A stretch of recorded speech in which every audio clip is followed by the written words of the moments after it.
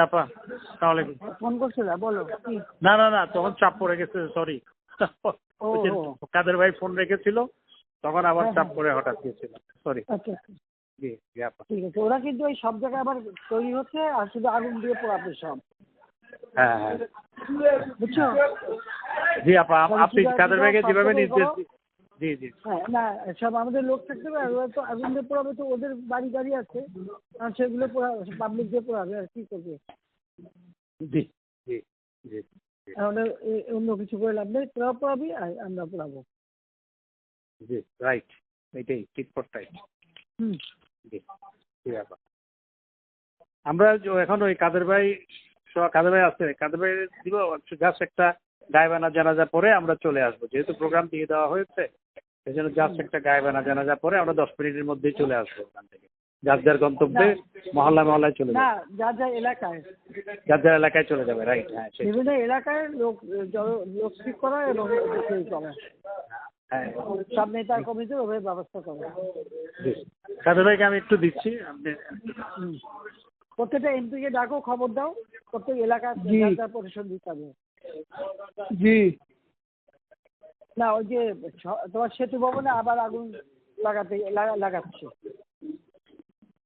আমি একটা র্যাব পাঠাচ্ছি, আর আমি বলছি যে যেখান থেকে গ্যাদারিং আছে সব জায়গায় র্যাব দেবে। আর ওরা আগুন দিচ্ছে, ওদের বাড়ি ঘর আছে না, এখন আর বসে থাকার সময় নেই। আমাদেরও বাড়ি ঘরে আগুন দিচ্ছে, ওদের বাড়ি ঘরে আগুন পাবলিক দেবে। ওদের ব্যবসা প্রতিষ্ঠান কি কি আছে খুঁজে বার করে। আজকে তাদের একটাই কাজ, সব জায়গায় বসে থাকবে আর খালি আগুন দেবে। কিছু আগুনের ব্যবস্থা আমাদের রাখা দরকার। ওদের পুলিশ কমিশনার সে কথাই বলবো। জি, তা আমাদের তো ঠেকাইতে হবে। হ্যাঁ, না আমরা মাঠে না থাকলে পুলিশ ওরা পারবে না। আর এমনি র্যাবে পুলিশ হেলিকপ্টার দিয়ে ওখানে ই করবে।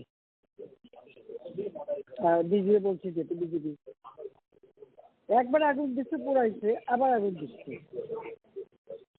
এগুলি কেউ চোখে রাখে না এই দেশে। আমার এই যে অবাক লাগে। না, ওই তো পদ্মা সেতু করছে তো, ওই জন্য সেতু ভবনের উপর এত।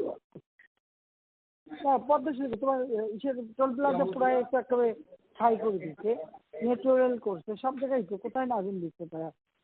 বিটিআরসি ভবন পোড়াইছে, বিটিভি ভবন পোড়াইছে। মানে বাংলাদেশটা যে উন্নতি করছে, এখন যা যা করছে সব ধ্বংস করছে। এটা বলো যে জনগণকে বলো যে আপনাদের জন্য যেটা করা হচ্ছে আজকে এরা সেইগুলি পড়ায় শেষ করে দিচ্ছে। আর আমাদের সাথে কথা হয় একরকম, তারা চলে যেয়ে করে আর এক রকম। আলোচনা করে তো এর ভিতরে করে নেতাও নেই, কেউ নেই। এখন খালি আগুন দিয়ে এটা বলে ওইটা বলতে হবে তোমার যে আলোচনা তো ইসের মাধ্যমে সবসময় চলতেছিল। ওরা যারা আসে কথা যা দেয় যাই আবার সেটা করতে পারে উল্টো করে। ঠিক আছে, আগে করেই তো কথা বলতেছি, বিজেপির সাথে সবসময় তো যোগাযোগ আছে, কথা বলছে বললে কি হবে। ওরা তো এদের আসলে কোনো ইয়ে নেই, ওরা কথা থাকে না। এরা একটা কথা বলে পরে রাখতে পারে না, উনি যে আর একটা হয়ে যায়। এদের পরামর্শদাতা ফরাদ মাজার, তারপরে যে তোমার আসিফ নজরুল,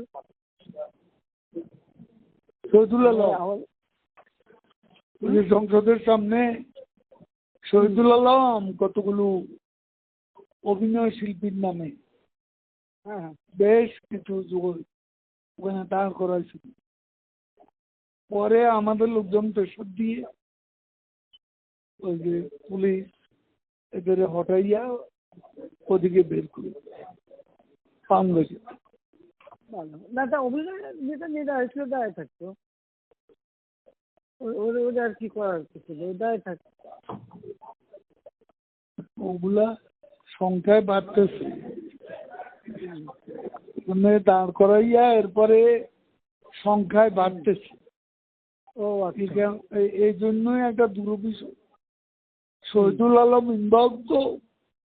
হ্যাঁ হ্যাঁ, কাজে ওটা অত আমেরিকা, ওটা তো বুঝে বুঝে যে আমেরিকা ট্যুর ইনভলভ। আমরা তাহলে 23-এ যাই, একটু গায়েবানা জানাজাটা পড়ে আসি। করো। জি